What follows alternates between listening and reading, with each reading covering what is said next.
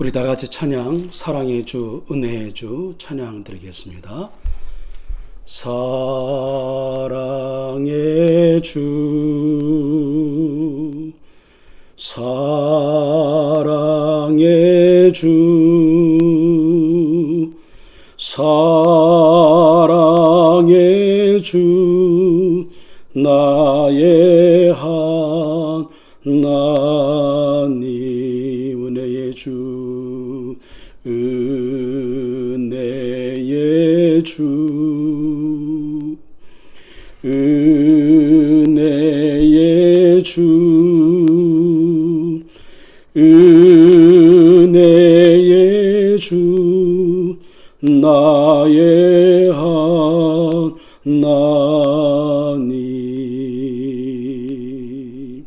아멘. 다 같이 우리 사도신경으로 신앙 고백을 드림으로 9월 7일 월요일 새벽 기도회를 열겠습니다. 나는 전능하신 아버지 하나님, 천지의 창조주를 믿습니다. 나는 그의 유일하신 아들 우리 주 예수 그리스도를 믿습니다. 그는 성령으로 잉태되어 동정녀 마리아에게서 나시고 본디오 빌라도에게 고난을 받아 십자가에 못 박혀 죽으시고 장사된 지 사흘 만에 죽은 자 가운데서 다시 살아나셨으며 하늘에 오르시어 전능하신 아버지 하나님 우편에 앉아 계시다가 거기로부터 살아있는 자와 죽은 자를 심판하러 오십니다. 나는 성령을 믿으며 거룩한 공교회와 성도의 교제와 죄를 용서받는 것과 몸의 부활과 영생을 믿습니다. 아멘. 우리 찬송가 365장을 다 같이 부르시겠습니다.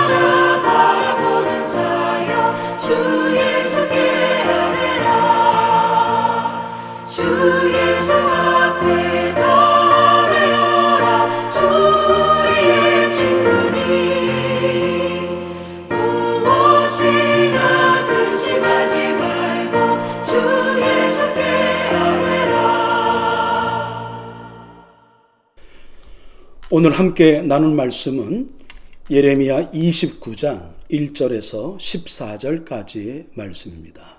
제가 봉독해 드리겠습니다.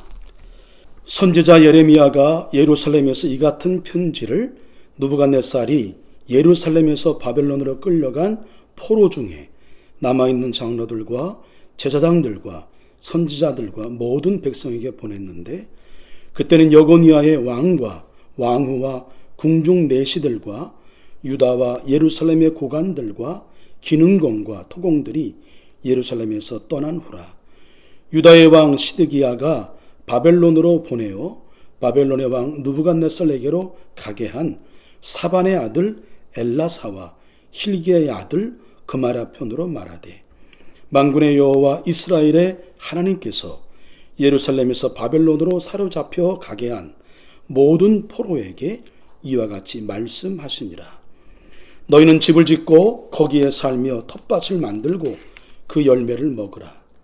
아내를 맞이하여 자녀를 낳으며 너희 아들이 아내를 맞이하며 너희 딸이 남편을 맞아 그들로 자녀를 낳게 하여 너희가 거기에서 번성하고 줄어들지 아니하게 하라. 너희는 내가 사로잡혀 가게 한 그 성읍의 평안을 구하고 그를 위하여 여호와께 기도하라. 이는 그 성읍이 평안함으로 너희도 평안할 것임이라. 만군의 여호와 이스라엘의 하나님께서 이와 같이 말씀하시니라. 너희 중에 있는 선지자들에게와 점쟁이에게 미혹되지 말며 너희가 꾼 꿈도 고지 듣고 믿지 말라. 내가 그들을 보내지 아니하였어도 그들은 내 이름으로 거짓을 예언함이라. 여호와의 말씀이니라. 여호와께서 이와 같이 말씀하시니라.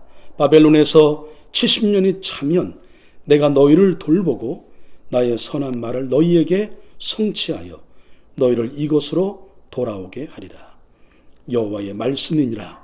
너희를 향한 나의 생각을 내가 아나니 평안이요 재앙이 아니니라.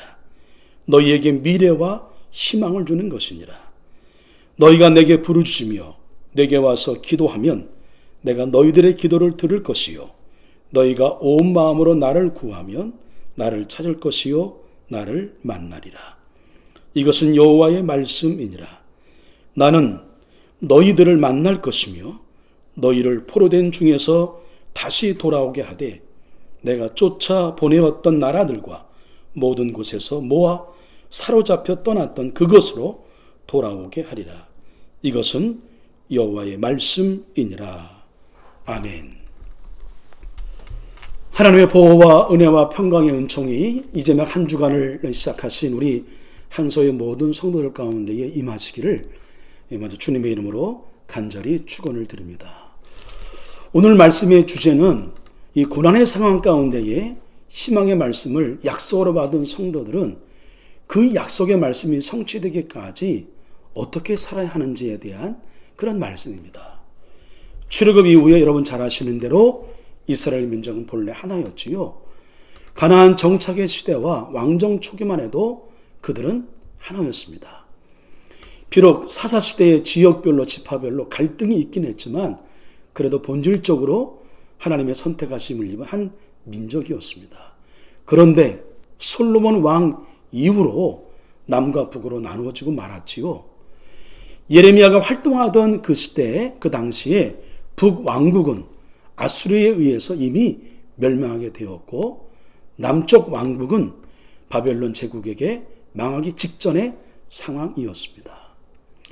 남과 북이 하나님 말씀을 똑같이 거역하고 언약을 깨뜨렸기 때문에 하나님의 심판과 파멸에 이르게 된 것이라고 예언자들은 그렇게 책망을 하였죠. 그러나 이 예언자들의 메시지는 죄악에 대한 심판과 파멸의 선포로 끝나지 않습니다. 심판 후에 임할 구원과 회복도 선포하며 하나님의 은혜와 사랑에 기초한 희망의 미래를 약속을 합니다.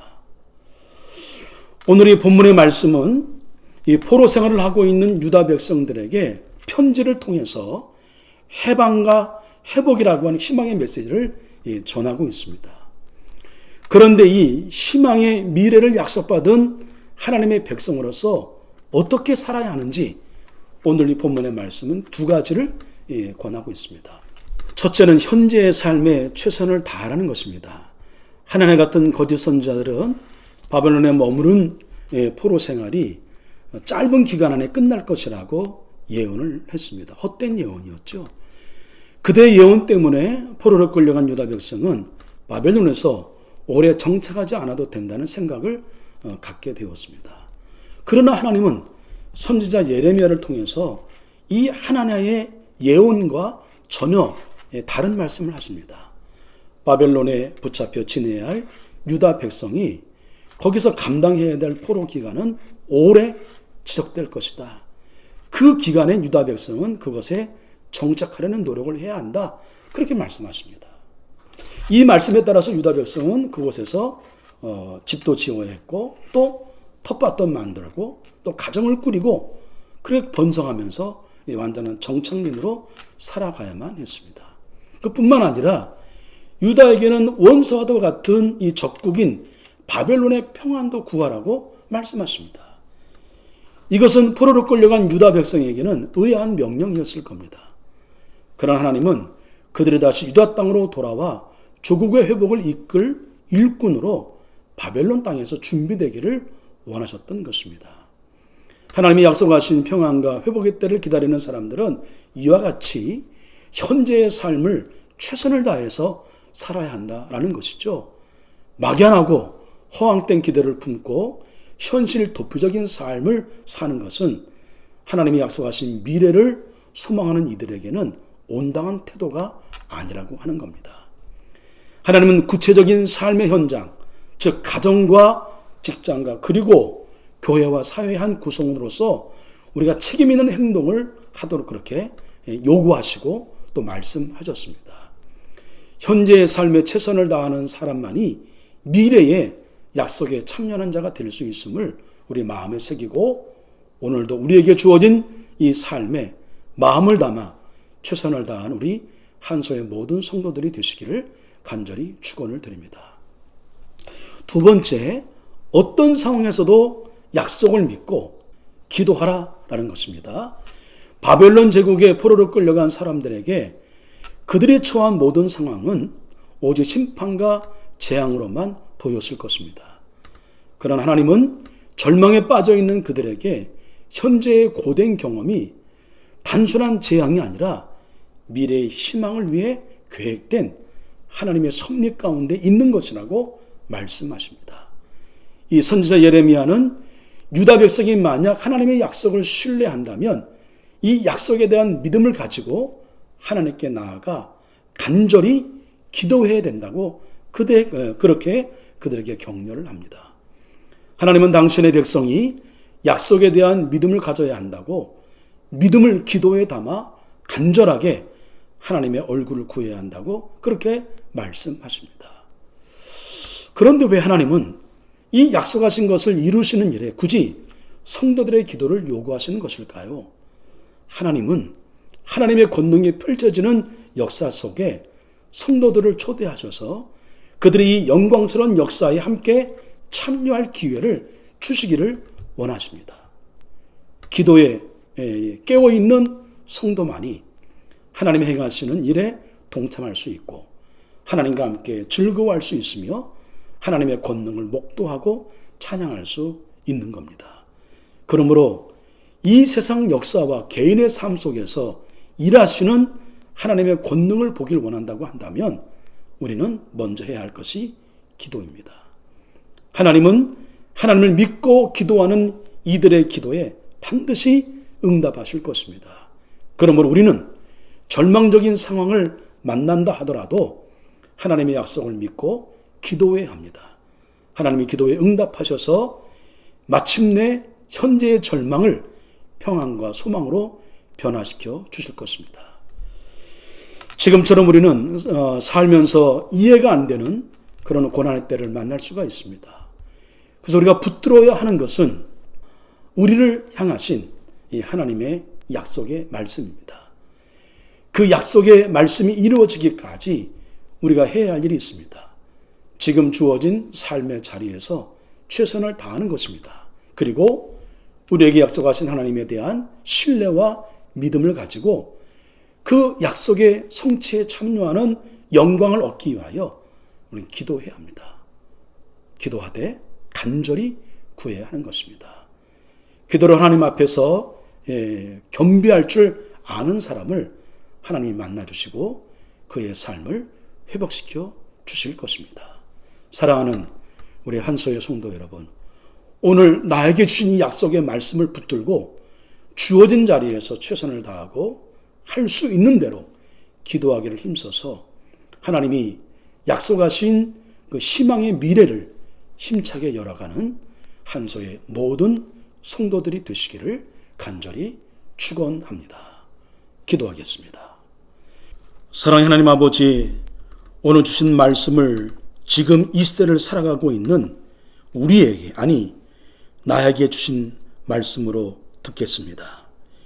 힘들지만 하나님의 약속의 말씀을 붙들고 그리스도인답게 주어진 오늘의 삶에 최선을 다하며 살게 하시고 약속에 대한 믿음을 가지고 늘 기도하며 인내와 소망으로 오늘을 이기며 살게 하여 주시옵소서. 그래서 하나님이 약속하신 희망의 미래를 마침내 성취하는 우리 한소의 모든 성도들이 되게 하여 주시옵소서. 예수님의 이름으로 기도합니다. 아멘. 이제 주신 말씀을 우리 마음에 담고 우리 자신을 위해서, 또 우리 사랑하는 가족을 위하여, 또 우리 교회와 성도들을 위하여, 그리고 우리 대한민국을 위하여 우리 잠시 기도하며 그렇게 하루 일과를 저희가 시작하도록 하겠습니다. 기도합니다.